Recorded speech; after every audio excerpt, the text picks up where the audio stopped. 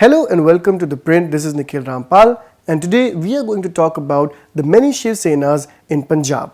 The violent clashes between Sikh and Hindu groups over an anti-Khalistan demonstration in Patiala last Friday has put the spotlight on the Shiv Sena, which reportedly called for the rally in Punjab. However, there are many homegrown Shiv Senas in the state apparently with no link to the Maharashtra-based Shiv Sena other than their name. Hours after Friday's violence, the police arrested Harish Singla, who claimed to be the working president of the Shiv Sena Bal Thackeray in the state.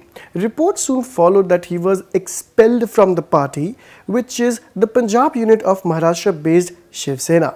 But why do they need a suffix? According to the party's president in Punjab, Yograj Sharma, it was a must because of the surfeit of other unrelated Shiv Senas in the state. Quote, "We have to specify that we are part of the Shiv Sena that was founded by Bala Saheb Thackeray in Maharashtra," Sharma told ThePrint. He said that there are 15-16 fake Shiv Senas in Punjab that have no recognition, no registration, have nothing to do with our Mumbai office, but still carry our name.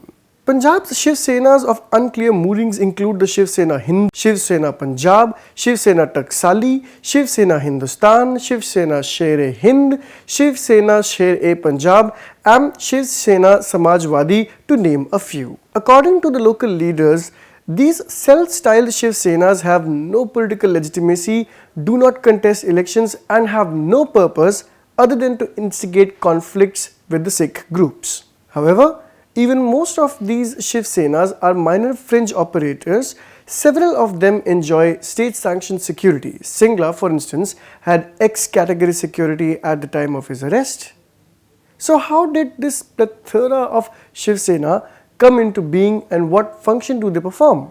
In the turbulent mid-1980s, during the days of Khalistani militancy, when the Ram Janmabhoomi issue was gaining momentum as well, two distinct political currents coalesced around Hindu identity in North India. While the Rashtriya Swayam Sevak Sangh RSS claimed to be the voice of Hindus everywhere in the country, it was the Shiv Sena that took on this mantle in Punjab.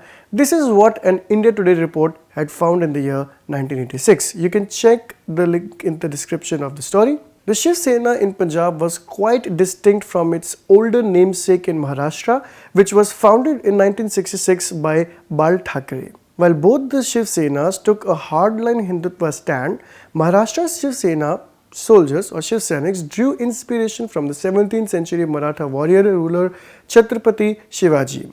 Their Punjab counterparts meanwhile styled themselves as Sainiks of Lord Shiva, one of the most important Hindu gods. Even while the Maharashtra Shiv Sena primarily took a combative stand against Muslims and outsiders in the 1980s, Punjab's positioned themselves largely against the Sikhs. Also, right from the get-go, Punjab's Shiv Sena comprised several factions. One of the early leaders of the so-called Ludhiana faction was Jagdish Tangri, who was arrested along with several others for possessing weapons. Reportedly, hundreds of swords and many daggers and guns in 2002. Tangri was sentenced to 3 years in prison in 2011, but he died in 2013 at the age of 80. In an interview last year, his son Sunil Tangri, who was also sentenced in the arms case, described the origins of the Shiv Sena in Punjab. Quote, "In 1980-81, we had founded this party under the name of Lord Shiva, keeping with our beliefs and religious beliefs," he said. Sunil Tangri now heads a political party called the Akhil Bharatiya Shiv Sena Rashtravadi, which has contested and lost 2 Lok Sabha polls from Bathinda in 2009 and 2014. It has also contested 4 assembly seats in 2002 and 2 in 2007, losing them all.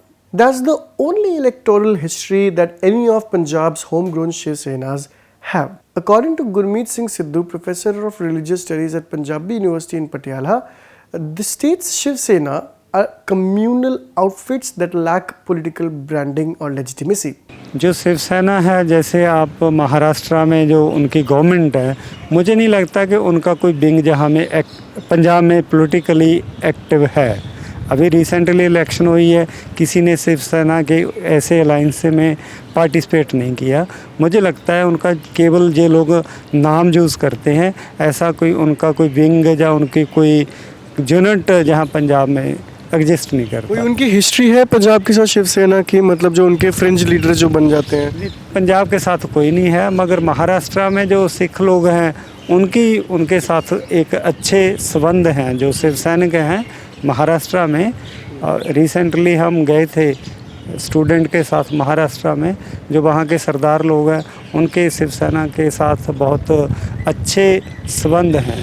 जो पंजाब में शिवसेना है वो उसकी nature different है, वो एक communal type के जो लोग हैं इसमें आते हैं।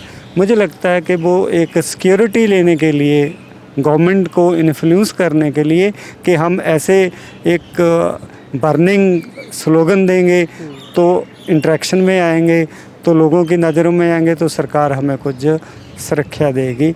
The original Shiv Sena and even Sunil Tangri's Akhil Bharatiya Shiv Sena Rashtravadi have complained about the Shiv Senas of uncertain provenance floating around Punjab. To quote, present-day Punjab's so-called Shiv Senics do not do anything for the public. They are too busy satisfying their own egos. This is what the state president of the party, Yograj Sharma, had told ThePrint.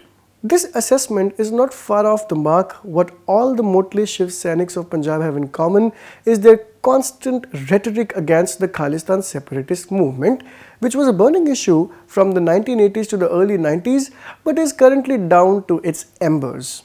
On the various Facebook pages run by Punjab's Shiv Senics, something of a pattern emerges first. They will decry Khalistan, often using sharp invective, and then share local news articles about them receiving threat from Sikh radicals. The veracity of these claims is not guaranteed. Now, for instance, several members of the Shiv Sena Hind were arrested in 2017 for allegedly cooking up stories about receiving threats. The question now arises, why go through all the trouble? In the 2017 case, for at least, the motive for fabricating threats was reportedly a desire to get more police security. That wish still prevails across the various Shiv Senas, according to Yograj Sharma. Quote, they have a modus operandi: shout against the Sikhs, then they say that we are being threatened, and then use this to get security from the police. This is what Yograj Sharma alleged. Now you will wonder, why would someone want to so much security running with them all the time? For fringe groups that no political parties take very seriously, a security cover could fulfill various functions, including an aura of importance and protection should their rabble-rousing backfire, Sharma told ThePrint. Quote, it's not that they feel unsafe as such.